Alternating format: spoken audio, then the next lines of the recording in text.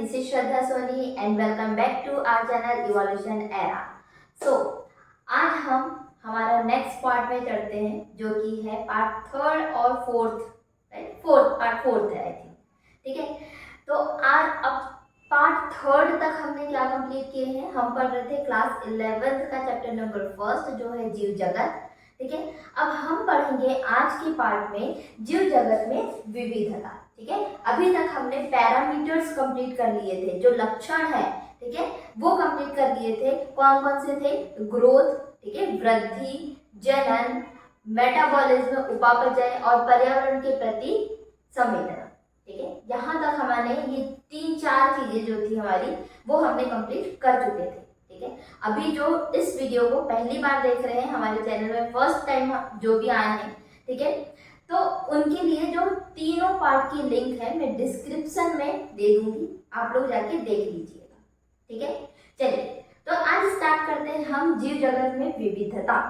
अब यहाँ पे देखो, जीव जगत में विविधता, इसका मतलब क्या है?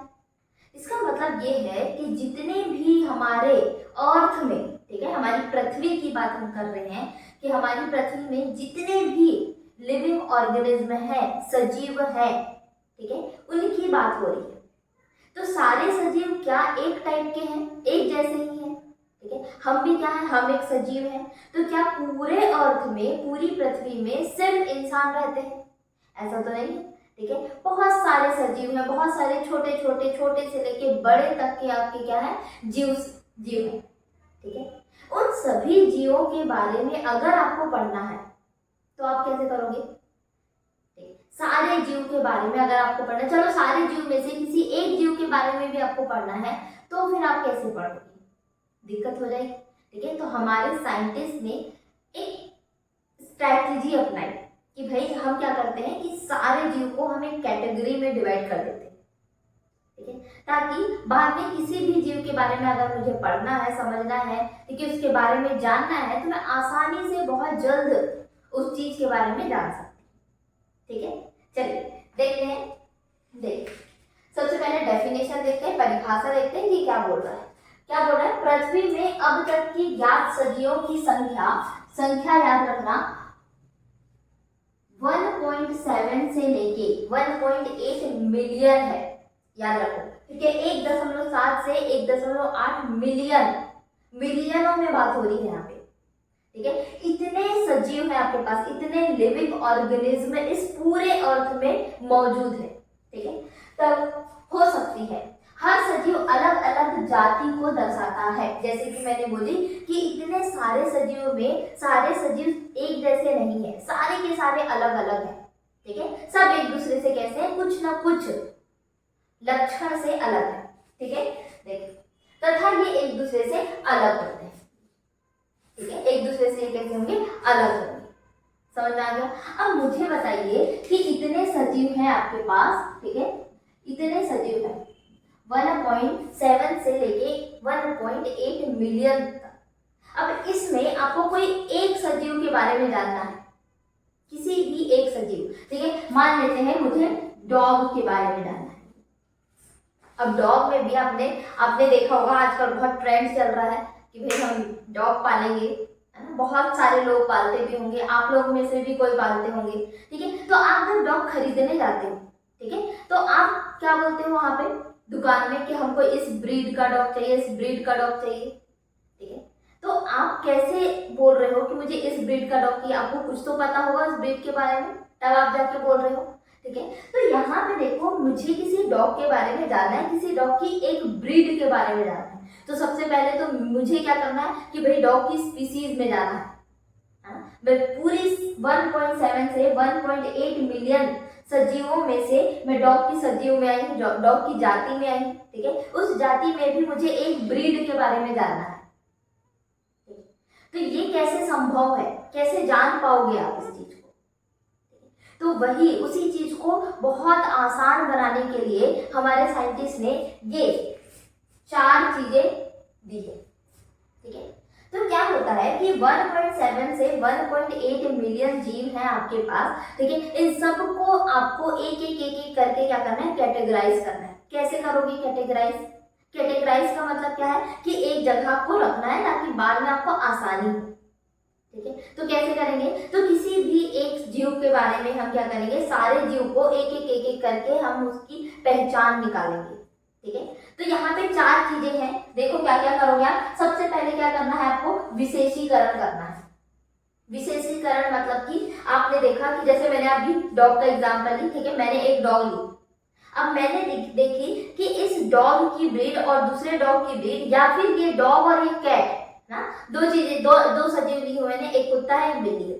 ये कुत्ता बिल्ली एक दूसरे से अलग क्यों है, ये देखी मैंने।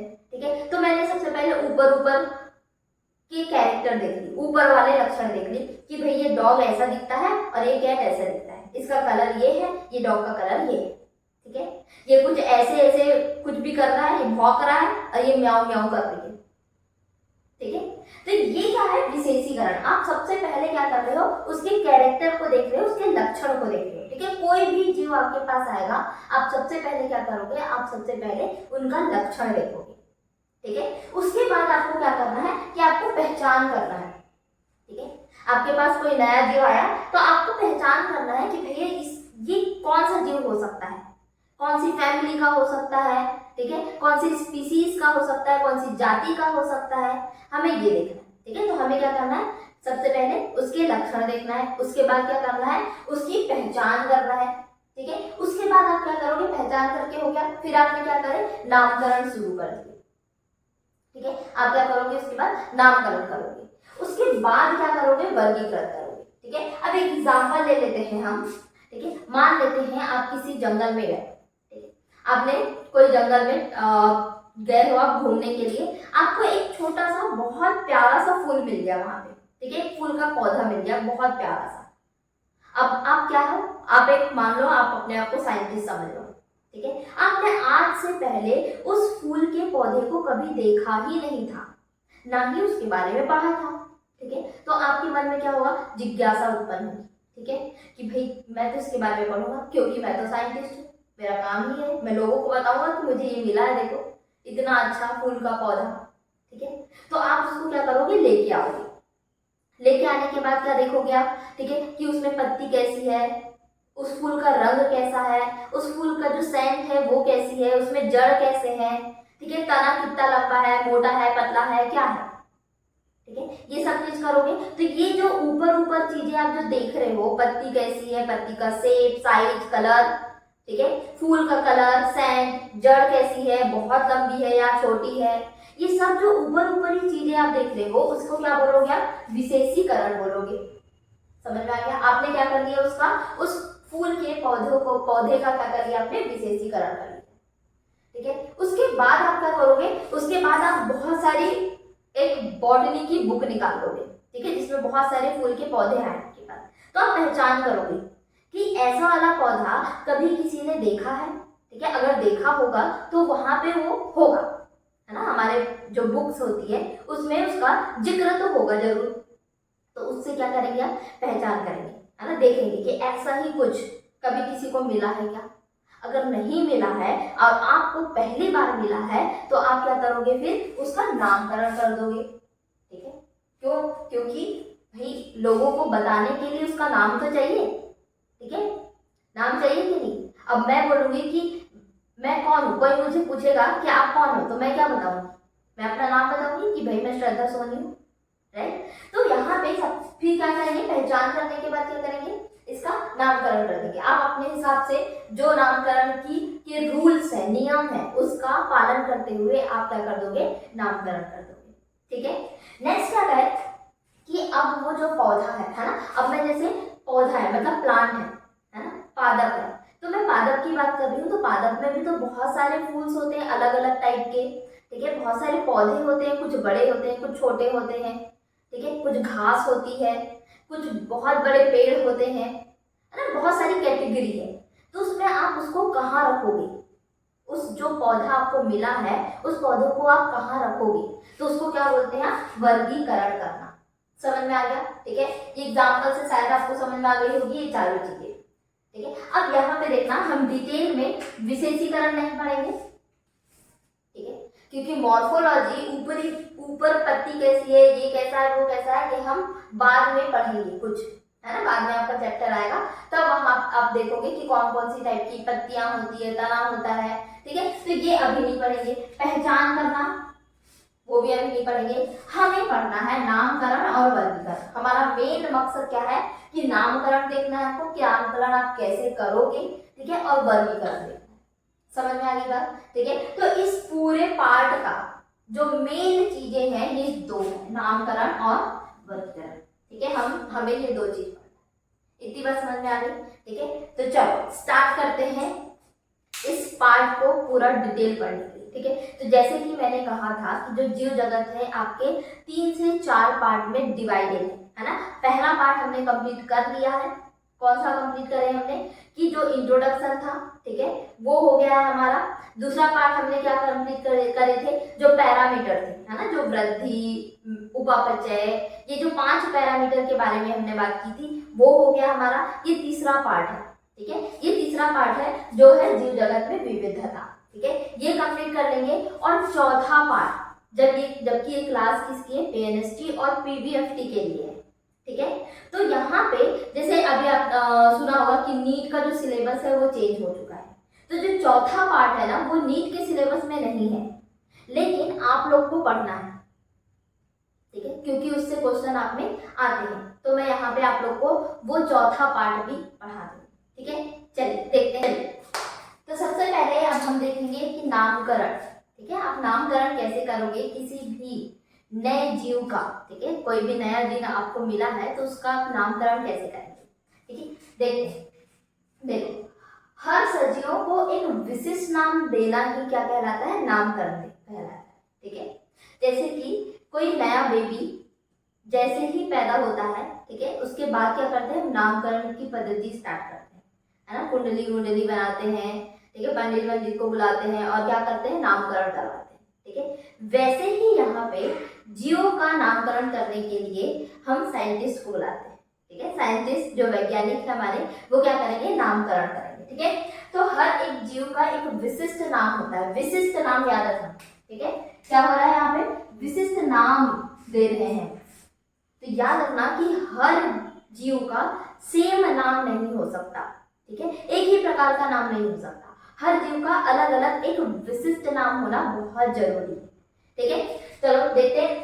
तो जो नामकरण है, ठीक है, वो कितने टाइप के नाम होते हैं पहले तो ये देखेंगे, ठीक है। तो सबसे पहले 2 टाइप के नाम होते हैं। पहला है एक साधारण नाम, ठीक है, और दूसरा है एक वैज्ञानिक नाम, ठीक है। साधारण नाम आप किसको बोलोगे कि किसी भी जीव, कोई भी दे सकता है। साधारण नाम कोई भी दे सकता है, आप दे सकते हैं, ठीक है, कोई भी दे सकता है। ये वैज्ञानिक नहीं देते हैं साधारण नाम, याद रखना कि वैज्ञानिक नहीं देते। साधारण नाम कौन दे रहा है, साधारण इंसान दे रहे हैं, ठीक है। कोई भी दे सकते हैं, जैसे मैंगो हो गया, है ना, आम का पौधा हो गया, ठीक है। तो आप यहाँ पे इंडिया में उसको आम बोल रहे हैं, ठीक है, लेकिन आप बाहर उसको क्या आम बोलेंगे, जैसे आलू हो गया, ठीक है। तो इंडिया में उसे आलू बोला जाता है और इंडिया की हर जगह पे उसे आलू नहीं बोला जाता, राइट।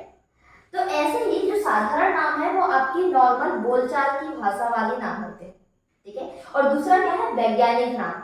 ये वैज्ञानिक नाम को कौन दे रहे हैं, वैज्ञानिक दे रहे हैं, ठीक है, साइंटिस्ट दे रहे हैं, इसलिए इसको क्या बोल रहे हैं, वैज्ञानिक नाम। और याद रखना ये वैज्ञानिक नाम जो है, ठीक है, ये पूरे वर्ल्ड में, पूरे अर्थ में एक ही होगा, ठीक है।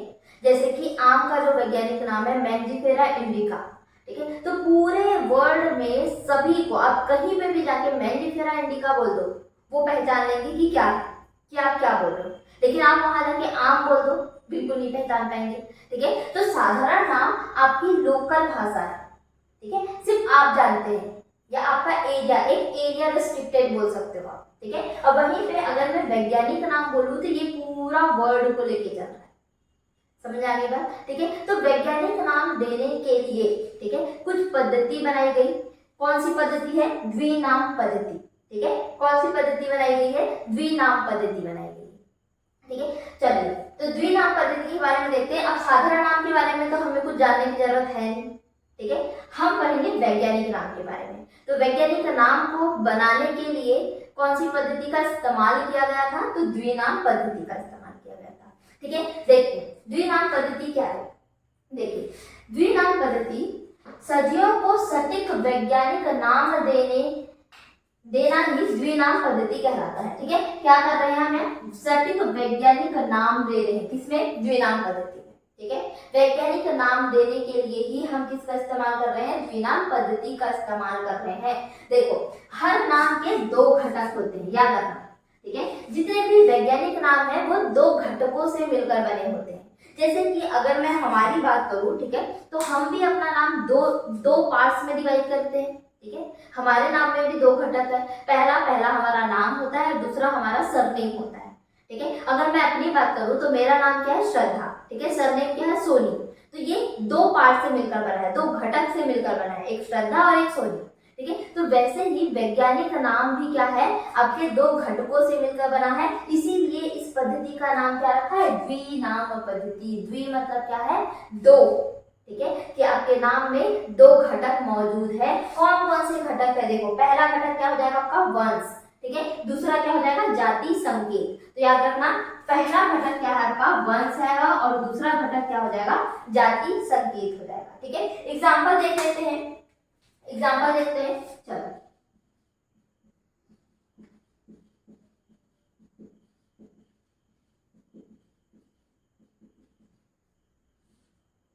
चलिए, ये क्या है, मैंजीफेरा इंडिका। ठीक है, किसका साइंटिफिक नेम है, किसका वैज्ञानिक नेम है, सभी को पता है, मैंगो का। किसका है, मैंगो का है, सभी को पता है ना, आम का है। ठीक है, तो मैंजीफेरा इंडिका में देखो दो चीजें हैं, पहला तो ये वाला नाम है मैंजीफेरा। ठीक है, दूसरा क्या है, इंडिका।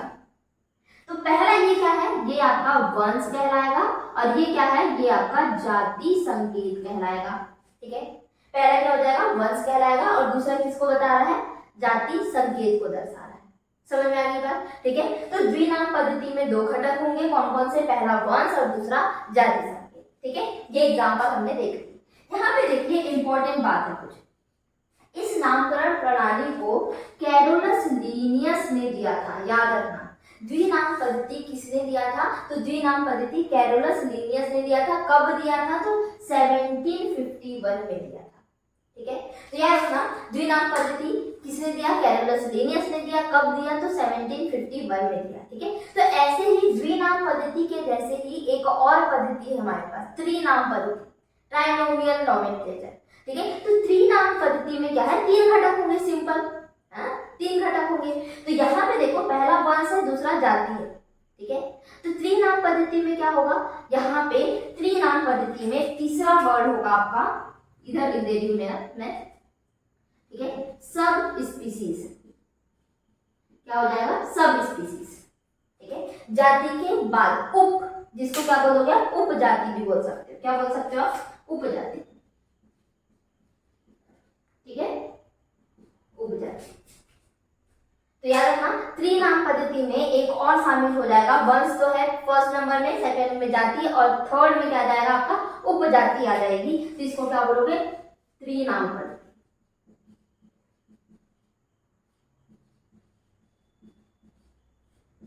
ठीक है, तो कई बार ये भी क्वेश्चन में आ जाता है, तो याद रखना। इसके बारे में डिटेल में नहीं बता रही हूँ, मैं यही बता दे रही हूँ। ठीक है, त्रिनाम पद्धति और द्विनाम पद्धति समझ में आ गया होगा। ठीक है, स्क्रीनशॉट लेना है तो आप ले सकते हो। फिर हम डिटेल में चलेंगे कि द्विनाम पद्धति के बारे में पूरा डिटेल देखेंगे कि भाई द्विनाम पद्धति तो मैंने देख ली कि दो घटक होते हैं, वंश और जाति। ठीक है, पर ये कैसे दोगे वैज्ञानिक, द्विनाम पद्धति मतलब होता क्या है इस पद्धति में। ठीक है, तो इस पद्धति में आपको बहुत सारे नियम हैं। ठीक है, बहुत सारे कुछ 4-5 नियम हैं। उस नियम के आधार पे साइंटिस्ट क्या करते हैं, किसी भी जीव का नामकरण करते हैं। ठीक है, तो हम देखेंगे कि वो नियम क्या क्या है। चलिए, पद्धति के कुछ नियम हैं। ठीक है, टोटल 4 नियम हैं। चारों नियम के बारे में हम डिटेल से 1 बाय 1 देखते हैं। ठीक है, पहला नियम क्या बोल रहा है, देखिए, हर सजीवों के वैज्ञानिक नाम में दो घटक हैं। ठीक है, अभी हमने पढ़ा था, अभी हमने जस्ट देखे हैं कि हर वैज्ञानिक नाम, ठीक है, हर सजीवों के वैज्ञानिक नाम में दो घटक होते हैं। कौन कौन से होते हैं, तो पहला वंश होता है और दूसरा क्या होता है, जाति संकेत होता है। ठीक है, पहला नियम तो ये बोल रहा है। ठीक है, देख लेते हैं एग्जाम्पल। एग्जाम्पल हमने देखा था कौन सा, मैंजीफेरा इंडिका। चलो ठीक है, दो है, पहला क्या है वंश है और दूसरा क्या है आपका जाति है। ठीक है, देख लेते हैं, ये क्या है आपका फर्स्ट वंश है, ठीक है, और ये क्या है आपका सेकेंड जाति। ओके, पहला नियम हो गया। ठीक है, दूसरा नियम क्या बोल रहा है देखते हैं। दूसरा नियम ये बोल रहा है कि वंश हमेशा पहला शब्द होता है। ठीक है, देख लिए हमने कि जो वंश है वो हमेशा कैसा होगा, पहला शब्द होगा। ठीक है, देखते हैं, जो बड़े अक्षरों में लिखा जाता है, ये याद रखना आपको। ठीक है, तो वंश का पहला जो लेटर है, ठीक है, जैसे यहाँ मैंजीफेरा का पहला लेटर कौन सा है, एम है, वो हमेशा कैसा होगा, वो हमेशा कैपिटल लेटर में होगा, बड़े अक्षर में होगा। कौन सा, ये एम कैसा होगा, हमेशा बड़े अक्षर में होगा। ठीक है, नेक्स्ट देखो, जबकि दूसरा शब्द क्या है आपका, जाति संकेत है। ठीक है, दूसरा शब्द हमने देखे जाति संकेत है, जो छोटे अक्षरों में लिखा जाता है, याद रखना। ठीक है, कैसे अक्षरों में लिखा जाता है, छोटे अक्षरों में लिखा जाता है। यहाँ देखो कि जाति का जो पहला लेटर है वो कौन सा है, जाति कौन सा है, इंडिका। ठीक है, इंडिका का पहला लेटर कौन सा है, आई।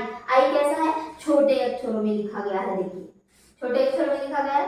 ठीक है, तो दूसरा नियम भी कंफर्म हो गया हमारा। ठीक है, नेक्स्ट तीसरा नियम क्या बोल रहा है, वैज्ञानिक नाम हमेशा कैसी भाषा में लिखी होती है, लैटिन भाषा में लिखी होती है। ठीक है, अब वैज्ञानिक नाम को हमेशा लैटिन भाषा में ही क्यों लिखा होता है, हम हिंदी लिख सकते हैं, चलो हिंदी आपके इंडिया में ही चल रही है, ओके मान लिया हिंदी नहीं लिख सकते, बट हम इंग्लिश तो लिख सकते हैं ना। इंग्लिश जो लैंग्वेज है वो तो हर पूरे कंट्री में हर जगह चलती है। ठीक है, पूरा वर्ल्ड वाइड आपकी इंग्लिश लैंग्वेज चलती है, लेकिन हमने लैटिन लैंग्वेज को ही क्यों चूज किया। जो हमारे वैज्ञानिक है, जो साइंटिस्ट है, उन्होंने लैटिन लैंग्वेज, लैटिन भाषा को ही क्यों चूज किया, क्योंकि जो इंग्लिश लैंग्वेज है वो बहुत ज्यादा वक्त के साथ, टाइम के साथ कैसी है, बदलते रहती है। ठीक है, और हमें क्या चाहिए कि भाई आज से 10 साल पहले, ठीक है, या आज से मान लो 17-18 सेंचुरी पहले, शताब्दी पहले कोई वैज्ञानिक ने किसी एक जीव का नाम रखा था। ठीक है, कोई वैज्ञानिक ने किसी जीव का साइंटिफिक नेम रखा था, वैज्ञानिक का नाम रखा था। अब वो वैज्ञानिक का नाम मान लो अभी तक आके इंग्लिश में लिखता, ठीक है, उसको इंग्लिश में लिखता तो उसकी स्पेलिंग अभी तक आके चेंज हो गई होती। ठीक है, और उसको हम कुछ और पढ़ रहे होते। तो हमें ये नहीं चाहिए था, हमें वक्त के साथ बदलती भाषा नहीं चाहिए था, हमें ये चाहिए था कि ऐसी भाषा हम चूज करें जो वक्त के साथ कभी बदले ही ना। ठीक है, तो जो लैटिन भाषा है उसको हम क्या बोल रहे हैं, डेड लैंग्वेज भी बोलते हैं, मृत भाषा। ठीक है, जो वक्त के साथ कभी बदलती ही नहीं है, जैसी है वैसी है आज तक। ठीक है, जो शब्द जहां लिखे गए थे, जहां जैसे बनाया गया था, वो आज तक वैसी है। ठीक है, तो हमें यही चाहिए था कि आज की 20वीं सदी पहले कोई वैज्ञानिक नाम रखा गया हो तो आज भी हम उसी वैज्ञानिक नाम से जाने। ठीक है, तो इसलिए हमने क्या चूज किया, लैटिन भाषा चूज किया। ठीक है, नेक्स्ट क्या है, दोनों घटकों की छपाई करने पे, छपाई करने पे मतलब प्रिंट। ठीक है, जैसे आप क्या करते हैं, फोटोकॉपी करवाते हैं, है ना, तो प्रिंट करवाते हैं। ठीक है, या कंप्यूटर में अगर मैं कुछ लिख रही हूँ, ठीक है, कंप्यूटर में अगर मैं लिख रही हूँ, मान लेते हैं मेरे पास एक कंप्यूटर है, उसमें मुझे अपना नाम लिखना है श्रद्धा सोनी। ठीक है, तो मैं क्या करूंगी, उसको थोड़ा तिरछे शब्द में लिखूंगी। ठीक है, तिरछा तिरछा लिखूंगी। तो अगर आप प्रिंट कर रहे हो या छपाई कर रहे हो तो तिरछे अक्षरों में लिखा जाना चाहिए। तिरछे अक्षरों का मतलब क्या है, इटैलिक। ठीक है, इटैलिक। अब आपने कंप्यूटर में वर्ड में जाके देखना या पावर पॉइंट में जाके देखना, 3 चीजें होते हैं। ठीक है, 3 चीजें होते हैं, एक बी बना होता है बोल्ड के लिए, एक आई बना होता है इटैलिक तिरछा के लिए। ठीक है, आपने आई पे क्लिक करोगे तो आपके सारे वर्ड कैसे जाएंगे, तिरछे हो जाएंगे थोड़े। ठीक है, और एक यू बना होता है अंडरलाइन के लिए। समझ में आ गया। ठीक है, तो जो आई है ना, तिरछे फॉर्म में लिखते हैं हम इसको, इटैलिक फॉर्म में लिखते हैं, याद रखना। ठीक है, नेक्स्ट क्या हो रहा है, तथा हाथ से लिखने पे, हाथ से लिखने पे मतलब कि मैं जब बोर्ड में लिख रही हूँ, ठीक है, मैं बोर्ड में लिख रही हूँ या मैं कुछ कागज में लिख रही हूँ, कुछ पेपर में लिख रही हूँ, तब क्या करते हैं, दोनों शब्दों को अलग अलग रेखांकित करते हैं। क्या करते हैं, दोनों शब्दों को अलग अलग रेखांकित करते हैं। चलिए कर देते हैं हम अलग अलग रेखांकित।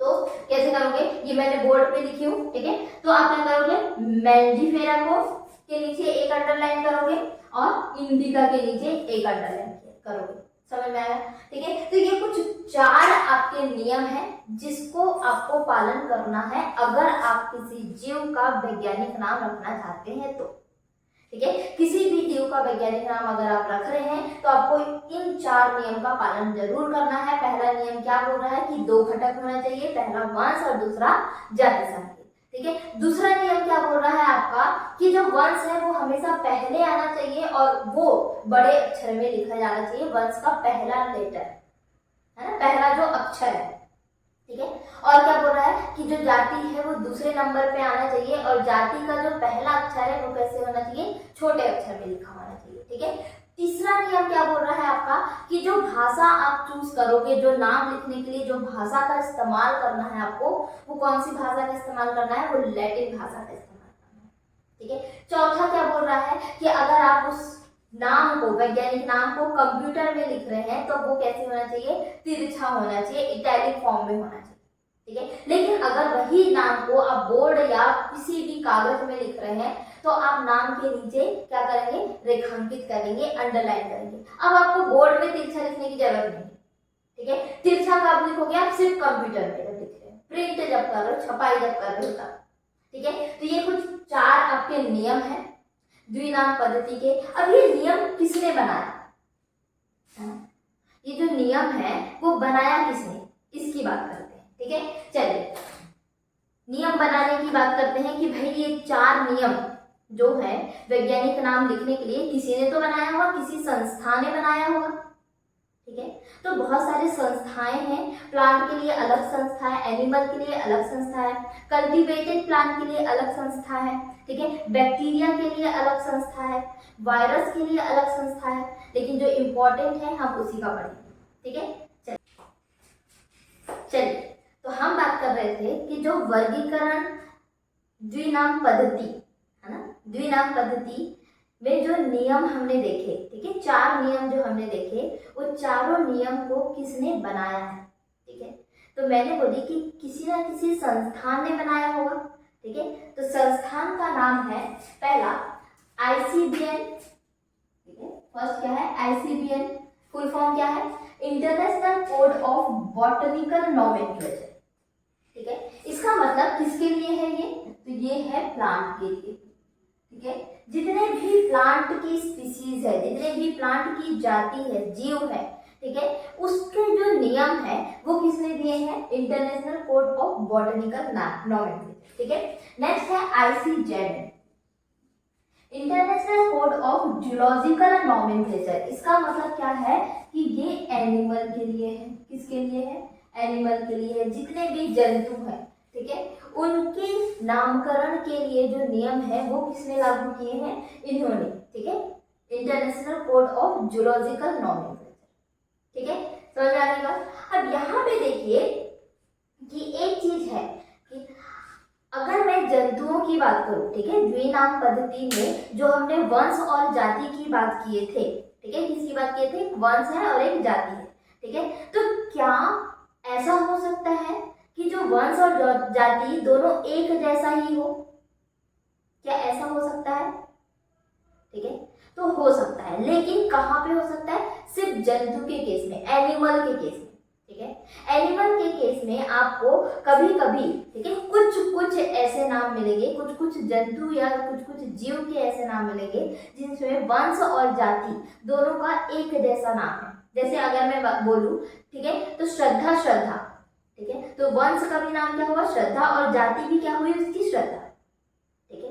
तो ऐसा हो सकता है, लेकिन कहाँ हो सकता है, सिर्फ एनिमल के केस में, प्लांट के केस में ऐसा नहीं हो सकता, याद रखना, ठीक है। इस चीज को मैं नहीं लिखवा रही हूँ, मैं ओरली बोल रही हूँ, आपको याद रखना है ये चीज, ठीक है। आप नोट करके लिख सकते हैं, ठीक है। चलिए नेक्स्ट हम देखते हैं वर्गीकरण। वर्गीकरण क्या बोल रहा है कि वर्गीकरण मतलब क्या है, क्लासिफिकेशन, ठीक है। अब हमने पहचान कर लिए, हमने नामकरण कर दिए, अब उसको क्या करेंगे, हम क्लासिफाई करेंगे, वर्गीकृत करेंगे किसी भी एक कैटेगरी में, ठीक है। कि अब जैसे कि मैंने एग्जांपल दी थी कि वो फूल का पौधा है ना, अब उसको मुझे किस वर्गीकरण में रखना है ना, किस वर्ग में रखना है, ये डिसाइड करना है हमको, तो वो क्या कहलाता है, वर्गीकरण कहलाता है, ठीक है। देखो, वर्गीकरण वह प्रक्रिया है जिसमें कुछ साधारण गुणों के आधार पर, ठीक है, वर्गों में वर्गीकृत किया जा सके, ठीक है। किसके आधार पे हम वर्गीकरण कर रहे हैं कि उस पौधे का साधारण गुण किससे मिलता जुलता है, इस आधार पर, ठीक है।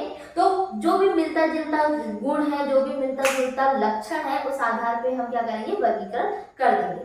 समझ में आ गई बात। नेक्स्ट देखो, टेक्सोनॉमी एक वर्ड है, टेक्सोनॉमी वर्गीकी जिसको बोलते हैं, ठीक है। वर्गीकरण करने की प्रक्रिया को क्या बोल रहे हो, वर्गीकी बोल रहे हो, टेक्सोनॉमी बोल रहे हो, ठीक है। क्या है, वर्गीकरण विज्ञान की वह शाखा जिसमें जीवों को उनके विशेषीकरण, पहचान, नामकरण तथा वर्गीकरण किया जाता है, ठीक है। तो अभी तक हमने जितना भी पढ़े हैं, क्या क्या पढ़े हैं, विशेषीकरण, पहचान, नामकरण और वर्गीकरण, ये सबको साथ में मिला के आप क्या बोलोगे, वर्गीकी बोलोगे, टेक्सोनॉमी बोलोगे, ठीक है। तो जब भी टेक्सोनॉमी शब्द आया आपके पास, वर्गीकी शब्द आया, ठीक है, तो वर्गीकी और वर्गीकरण दोनों एक नहीं है, याद रखना। वर्गीकरण में हम क्या कर रहे हैं, सिर्फ और सिर्फ क्लासिफाई कर रहे हैं, वर्गीकरण कर रहे हैं किसी भी जीव के साधारण गुण के आधार पे, लेकिन वर्गीकी क्या है, टेक्सोनॉमी क्या है, टेक्सोनॉमी हम स्टार्टिंग से जो कर रहे हैं, ठीक है, हम क्या क्या करते हैं, सबसे पहले विशेषीकरण कर रहे हैं, फिर पहचान कर रहे हैं, फिर नामकरण कर रहे हैं, फिर वर्गीकरण कर रहे हैं, ठीक है। तो ये पूरी जो प्रोसेस है, उसको एक साथ आप क्या बोलोगे, वर्गीकी बोलोगे, टेक्सोनॉमी बोलोगे। समझ में आ गई बात इतनी, ठीक है। अब यहाँ पे देखना इंपॉर्टेंट बात है, वर्गीकी शब्द सबसे पहले डी कैंडोले ने 1830 में दिया था, याद रखना, ठीक है। तो आपको अगर क्वेश्चन आया कि बताइए टेक्सोनॉमी या वर्गीकी सबसे पहले किसने शब्द दिया था, ठीक है, शब्द दिया है इन्होंने, किसने शब्द दिया वर्गीकी का, डी कैंडोले ने दिया। कब दिया है, तो 1813 में दिया, ठीक है। लेकिन देखो यहाँ पे डी कैंडोले ने शब्द दिया है, लेकिन फिर भी हम जनक किसको बोलते हैं, वर्गीकी का जनक किसको बोल रहे हैं आप, कैरोलस लीनियस, ठीक है। कैरोलस लीनियस को आप क्या बोलोगे कि वर्गीकी के जनक माना जाता है, ठीक है, जनक बोल रहे हो, फादर ऑफ टेक्सोनॉमी किसको बोलोगे, कैरोलस लीनियस को। ऐसा क्यों भाई, ऐसा क्यों हुआ कि डी कैंडोले ने तो नाम दिया था, तो डी कैंडोले को ही हम क्यों जनक नहीं बोल रहे हैं, हम कैरोलस लीनियस को क्यों बोल रहे हैं, ठीक है। यहाँ ईयर पे लिखना, ध्यान देना, 1813, ठीक है। 1813 में डी कैंडोले आए और उन्होंने इस सारी चीज की प्रोसेस को एक नाम दे दिया, वर्गीकी, ठीक है। लेकिन ये प्रोसेस के बारे में बताया किसने, इन्होंने देखा कि ये सब चीज एक साथ हो रही है, वन बाय वन हो रही है, एक के बाद एक के बाद हो रही है, ठीक है। तो ये एक क्या है, वर्गीकी है, बस इन्होंने नाम दिया। लेकिन ये सब के बारे में बताया किसने, ये सब के बारे में कैरोलस लीनियस ने बताया 1813 के काफी पहले। कब बताया इन्होंने, 1735, ठीक है। तो बहुत पहले है, 1813 के बहुत पहले कैरोलस लीनियस ने इस बारे में बता चुके थे। हाँ, इन्होंने नाम नहीं दिया था, ठीक है, इन्होंने एक पर्टिकुलर नाम नहीं दिया था। तो एक पर्टिकुलर नाम वर्गीकी किसने दिया, तो याद रखना डी कैंडोले ने। लेकिन जनक किसको माना जा रहा है, तो कैरोलस लीनियस को। क्यों माना जा रहा है, ये समझ में आ गया, क्यों, क्योंकि इन्होंने ही इन सब चीजों के बारे में पहले ही बता चुके थे, ठीक है। इतनी बात समझ में आ गई आप लोग को, इतनी बात समझ में आ गई होगी, स्क्रीनशॉट ले लो, ठीक है। आगे चलते हैं इसके, चलिए। तो अभी तक हमने देखा कि टेक्सोनॉमी क्या है, वर्गीकी क्या है, ठीक है। चार चीज को एक साथ मिला के हम क्या बोल रहे थे, टेक्सोनॉमी, वर्गीकी। कौन कौन सी, पहला विशेषीकरण, दूसरा पहचान, तीसरा नामकरण और चौथा वर्गीकरण, ठीक है। ये चार चीजों को एक साथ हमने क्या बोला, टेक्सोनॉमी बोला, वर्गीकी बोला, ठीक है। अब आते हैं, एक नया वर्ड है सिस्टमैटिक्स, ठीक है। इस पे भी क्वेश्चन आते हैं, जिसका वर्गीकरण पद्धति कहते हैं, ठीक है। सिस्टमैटिक को क्या बोल रहे हैं, वर्गीकरण पद्धति बोल रहे हैं। क्या है ये देखते हैं। सिस्टमैटिक एक लैटिन शब्द है, ठीक है, किससे मिलकर बना है, सिस्टेमा से मिलकर बना है, जिसका मतलब क्या है, जीवों का नियमित व्यवस्था, ठीक है, जीवों को नियमित व्यवस्था करना। तो वर्गीकरण का, वर्गीकी या टैक्सोनॉमी का भी तो मतलब यही था। ठीक है, हम क्या कर रहे थे, एक अच्छे से अरेंजमेंट कर रहे थे। ठीक है, पहले विशेषीकरण करके, पहचान करके, नामकरण करके, फिर वर्गीकरण करके। लेकिन यहाँ पे भी यही बोल रहा है नियमित व्यवस्था। इसका मतलब ये है कि यहाँ पे ये चारों के अलावा भी कुछ और होगा। ठीक है, तो देखते हैं क्या है। सिस्टमैटिक में पहचान है, नामकरण है, वर्गीकरण है, उसके अलावा विकासीय संबंध को भी ध्यान में रखा जाता है। अब ये क्या है, विकासीय संबंध क्या है? विकासीय संबंध का मतलब है कि देखिए, आपने ये एक नया हमारे पास कोई जीव आया है। ठीक है, अब ये कहाँ से आया है? ठीक है, इसके पूर्वज कैसे थे, ये अपने पूर्वज के समान है क्या, ये सब की जानकारी हमें होना चाहिए। ठीक है, ये सब का की स्टडी, सबका अध्ययन को ही क्या बोल रहे हो आप? सिस्टमैटिक्स। ठीक है, वर्गीकरण पद्धति। समझ में आया? ठीक है, तो यहाँ पे विशेषीकरण तो है, पहचान तो भी है, ठीक है, नामकरण भी है और वर्गीकरण भी है, लेकिन इसके साथ साथ ये चारों को रख के, ठीक है, इसके अलावा भी और क्या हम यूज करते हैं, इसमें विकासीय संबंध भी देखते हैं। ठीक है, वर्गीकरण के लिए एक नियमित व्यवस्था के लिए हम क्या देख रहे हैं, विकासीय संबंध भी देखेंगे। समझ में आ गया? ठीक है, तो जहां पे भी विकासीय संबंध की बात करते हैं वहां हम टैक्सोनॉमी की बात नहीं करते, वहां हम किसकी बात करते हैं? सिस्टमैटिक्स की बात करते हैं। समझ में आ गया इतनी बात? ठीक है, अब यहाँ पे देखिए एक वर्ड है टैक्सा। किससे आया है? ये टैक्सोनॉमी से आया है। ठीक है, टैक्सोनॉमी से ही आपका टैक्सा शब्द आया है। इसका मतलब क्या है? देखो, सुविधाजनक वर्ग। ठीक है, मेनली आप टैक्सा का मतलब निकाल सकते हो वर्ग, वर्ग बोल सकते हो आप इसको। ठीक है, क्या बोला? सुविधाजनक वर्ग जिसका उपयोग जीवों के अध्ययन में किया जाता है। ठीक है, इन वर्गों की वैज्ञानिक शब्दावली टैक्सा है। ठीक है, नॉर्मल भाषा में हम क्या बोल रहे हैं? वर्ग बोल रहे हैं, कि हमने एक एक वर्ग में व्यवस्थित कर दिए हर जीव को। ठीक है, उसको अगर मैं साइंटिफिक तरीके से बोलूं, वैज्ञानिक तरीके से बोलूं, तो मैं क्या बोलूंगी कि हर जीव को एक एक टैक्सा में वर्गीकृत किया गया है। ठीक है, तो टैक्सा कुछ नहीं है, एक वर्ग है, एक ग्रुप है, एक समूह है। ठीक है, किसका समूह? ये आपके जीवों का समूह। समझ में आ गई बात? एग्जाम्पल देख लो। ठीक है, जैसे कुत्ता एक अलग वर्ग है, बिल्ली एक अलग वर्ग है, स्तनधारी एक अलग वर्ग है, गेहूं एक अलग वर्ग है, चावल, पौधे, जंतु, ये सभी अपने अपने स्तर पे क्या है? एक एक वर्ग है, एक एक समूह है। ठीक है, एक एक टैक्सा है।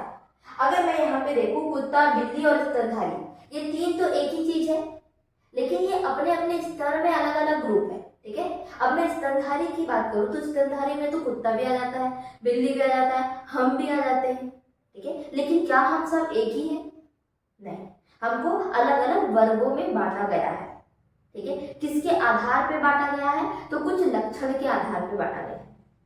ठीक है, तो ये जो वर्ग है, एक एक अलग अलग वर्ग है, इसी को क्या बोल रहे हो आप? टैक्सा बोल रहे हो। ठीक है, तो इसमें कंफ्यूजन मत होना, बहुत कंफ्यूजन होते हैं कि भाई टैक्सा होता क्या है। ठीक है, तो टैक्सा और कुछ नहीं है, एक वर्ग है, एक समूह है, एक जाति का समूह है। ठीक है, एक जीव का समूह है।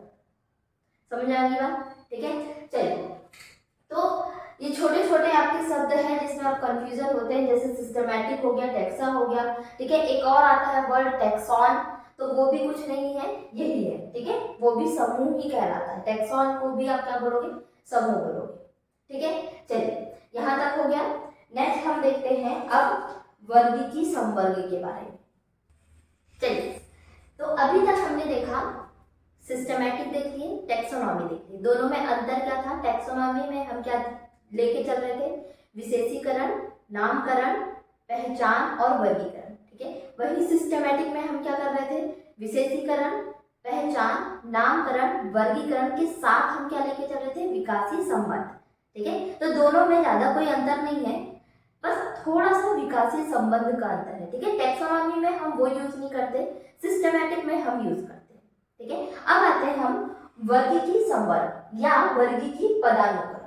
ठीक है, देखते हैं। वर्गीकी एकल सोपान प्रक्रिया नहीं है, ये बहुत इंपॉर्टेंट लाइन है। ठीक है, इसमें क्वेश्चन आया है कि बताइए कि वर्गीकी सिंगल स्टेप प्रोसेस है क्या?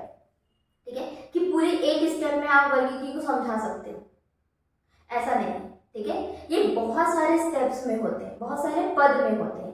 तो क्या है, वर्गीकी एकल सोपान प्रक्रिया नहीं है यार, जिसमें प्रत्येक सोपान पद अथवा वर्ग को प्रदर्शित करता है। ठीक है, बहुत सारे इसमें स्टेप्स होते हैं, बहुत सारे पद होते हैं आपके। ठीक है, सारे संवर्ग मिलके वर्गीकी पदानुक्रम बनाते हैं। देखते हैं एग्जाम्पल। ठीक है, ये देखिए, ये सारे क्या है, एक एक एक एक एक एक वर्गीकी है। ठीक है, अब ये सबको 7 वर्गीकी है हमारे पास। ठीक है, 7 कैटेगरी है। पहला जगत, दूसरा संघ या भाग, तीसरा वर्ग, चौथा गण, पांचवा कुल, छठवां वंश और सातवां जाति। ठीक है, तो इनको अगर मैं एक एक की बात करूं, अगर मैं जगत की सिर्फ बात कर रही हूँ तो मैं क्या बोल रही हूँ, वर्गीकी है। ठीक है, जगत सिर्फ क्या है आपका, वर्गीकी है, या आप वर्ग बोल सकते हो। ठीक है, लेकिन अगर मैं सातों को एक साथ बोल रही हूँ तो ये क्या कहलाएगा आपका, सातों को एक साथ अगर बोल रहे हैं हम तो ये कहलाएगा वर्गीकी पदानुक्रम। समझा, वर्गीकी पदानुक्रम, इसी को इंग्लिश में टैक्सोनॉमी हायरार्की बोलते हैं। समझ में आ गया।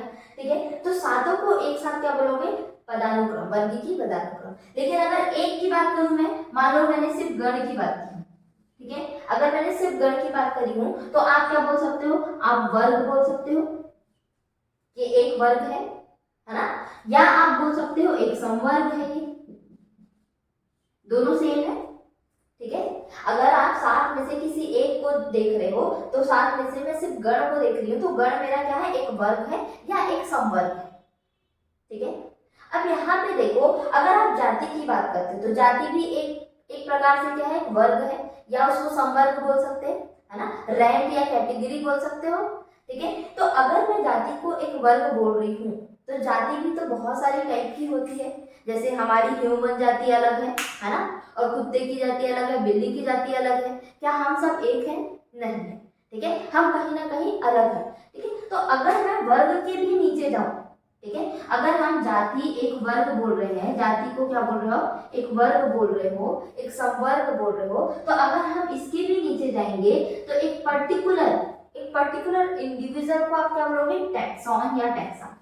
ठीक है, टैक्सॉन और टैक्सा या वर्गक। समझ में आ गया। ठीक है, तो किसको आप वर्गीकी पदानुक्रम बोलोगे, किसको वर्ग और संवर्ग बोलोगे, और किसको आप टैक्सॉन या टैक्सा बोलोगे। ठीक है, एक बार और बता दे रही हूँ कि ये 7 आपके क्या है, वर्गीकी है। ठीक है, 7 क्या है, वर्गीकी। अब इस सातों को एक साथ क्या बोलोगे, वर्गीकी पदानुक्रम बोलोगे। ठीक है, कौन कौन से, जगत, संघ, भाग, वर्ग, गण, कुल, वंश, जाति। ठीक है, इन सातों को एक साथ मिलकर क्या बोल रहे हो, वर्गीकी पदानुक्रम। लेकिन आप एक एक को क्या बोलोगे। ठीक है, अगर 7 में से मुझे एक चूज करना है तो मैं क्या बोलूंगी, वर्ग बोलूंगी या संवर्ग बोलूंगी। ठीक है, लेकिन यहाँ पे एक वर्ग में भी तो बहुत सारी अलग अलग विशेषताएं होती है। ठीक है, बहुत अलग अलग लक्षण के कारण बहुत अलग अलग जाति में बांटी गई है। जैसे ह्यूमन ले लो, ठीक है, कुत्ता, बिल्ली, गाय, भैंस, सब अलग अलग जाति है। ठीक है, सब एक ही तो नहीं है, सबकी अलग अलग जाति होती है। ठीक है, तो उसको क्या बोलोगे, पर्टिकुलर स्पीसीज, एक पर्टिकुलर जीव, एक पर्टिकुलर जाति को क्या बोलोगे आप, टैक्सॉन बोलोगे या टैक्सा बोलोगे, या हिंदी में वर्गक बोलोगे। समझ में आ गई बात। ठीक है, यहां तक तो बात हुई इसकी, लेकिन कुछ और बातें हैं इसमें, देखते हैं।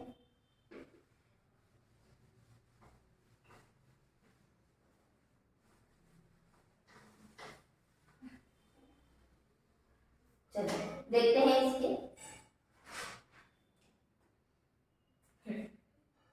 अगर मैं जगत की बात करूं, ठीक है, अगर हम जगत की बात कर रहे हैं तो जगत मतलब पूरा किंगडम की बात कर रहे हो, है ना। जगत मतलब जितने भी अर्थ में, ठीक है, पृथ्वी में जितने भी जीव हैं उनकी बात कर रहे हो, किसमें, जगत में। ठीक है, इसका मतलब यहाँ पे जो लक्षण है वो कैसे होंगे, बहुत नॉर्मल साधारण लक्षण की बात कर रहे हो आप। ठीक है, किसकी बात करोगे यहाँ पे, हमेशा साधारण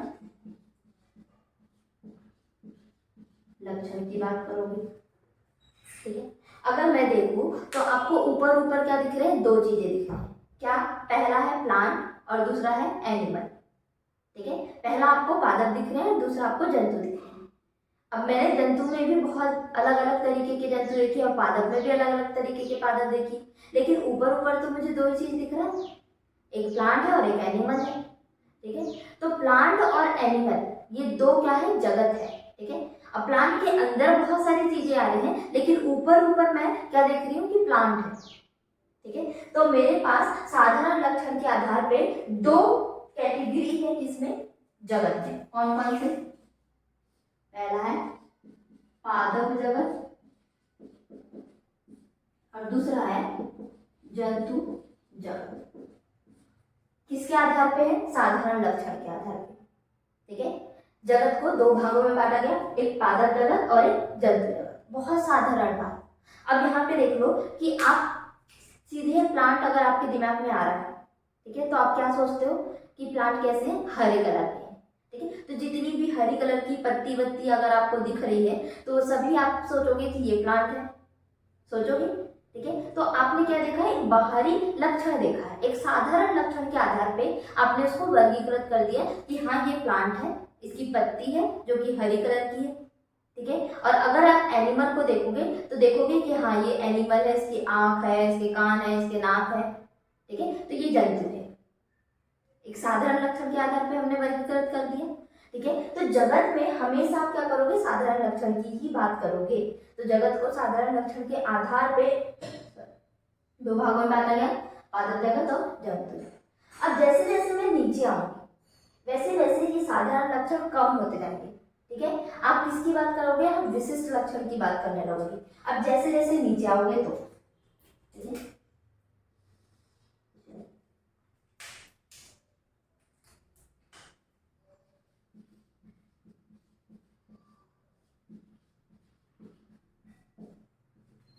ठीक है, देखिए मैंने बोली पादप है और जंतु है, दो जगत है मेरे पास। ठीक है, आप जैसे नीचे आओगे संघ और भाग। ठीक है, तो यहाँ पे देखना संघ किसके लिए है? संघ आपका जंतु के लिए है। ठीक है, एनिमल के लिए आप संघ यूज करते हो, और भाग किसके लिए यूज करते हो? आप प्लांट, ये याद रखना। ठीक है, तो जैसे ही मैं पादप में नीचे आई या जंतु में नीचे आई, ठीक है, तो मुझे क्या मिला? एक संघ मिला। ठीक है, संघ मिला तो संघ मेरे पास कितने हैं? बहुत सारे हैं। ठीक है, जैसे कॉर्डेटा हो गया, नॉन कॉर्डेटा हो गया, ठीक है, प्लेटिहेलमिन्थेस हो गया, ये हम पढ़ेंगे आगे। ठीक है, तो ये सारे क्या है? हमने जंतु को भी विभाजित कर दिए। ठीक है, थोड़े और विशिष्ट लक्षण के आधार पे। अब मैं सामान्य लक्षण नहीं देख रही हूँ, मैं ये देख रही हूँ कि जो स्तनधारी है उसमें क्या है? मेमोरी ग्लैंड है। ठीक है, और क्या है? आपके कान है, ईयर है, ये सब थोड़े और विशिष्ट लक्षण देख के मैंने क्या कर दी? एक मैमल को अलग कर दी। ठीक है, प्लेटिहेलमिन्थेस को अलग कर दिए हमने, एकाइनोडर्मेटास को अलग कर दिए हमने। ठीक है, तो ये किसके आधार पे? थोड़े और विशिष्ट लक्षण के आधार पे। फिर और अगर थोड़े नीचे आओगे तो आपको क्या मिलेगा? वर्ग मिलेगा। ठीक है, तो उन फाइलम में भी, उन संघ में भी, उन कॉर्डेटा में भी आपने और चीजें अलग कर दी। ठीक है, जैसे कि कॉर्डेटा में भी आपके शाकाहारी होंगे, कुछ कुछ मांसाहारी होंगे। ठीक है, तो कॉर्डेटा में भी आपने अलग कर दिए।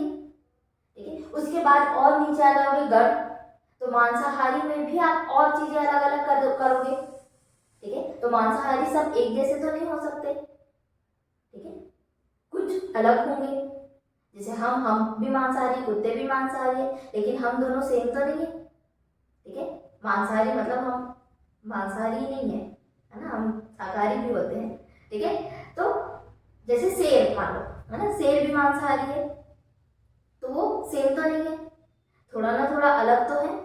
ठीक है, तो वैसे ही जैसे आप नीचे आते जाओगे, जाति तक आओगे, तो जाति में आप बहुत विशिष्ट लक्षण को लेके चलोगे। ठीक है, विशिष्ट लक्षण मतलब कि जो ह्यूमन की एक जाति है, ठीक है, मानव जाति जो है वो एक विशिष्ट लक्षण के आधार पर अलग हुई है। जो कुत्ते की जाति है वो विशिष्ट लक्षण के आधार पर अलग हुई है। ठीक है, ओवरऑल तो हम एनिमल है, ओवरऑल हम सब जंतु है। ठीक है, लेकिन बहुत विशिष्ट लक्षण लेके हमने क्या, कहाँ तक लेके आए हैं? जाति तक लेके आए हैं।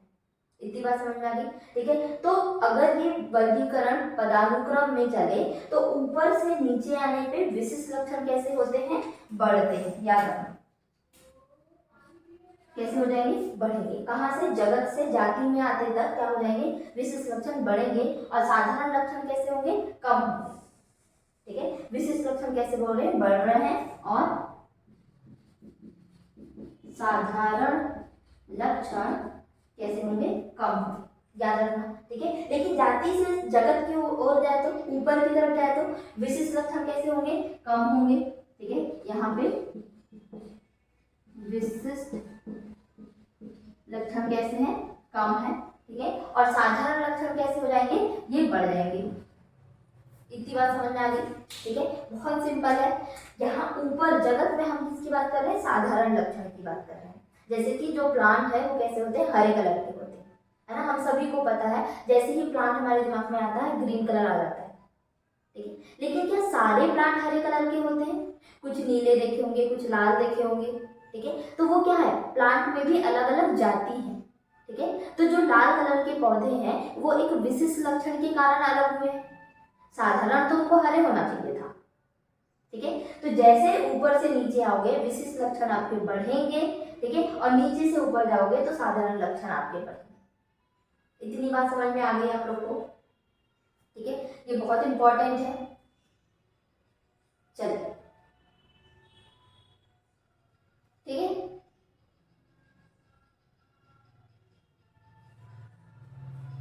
स्क्रीनशॉट ले लीजिए।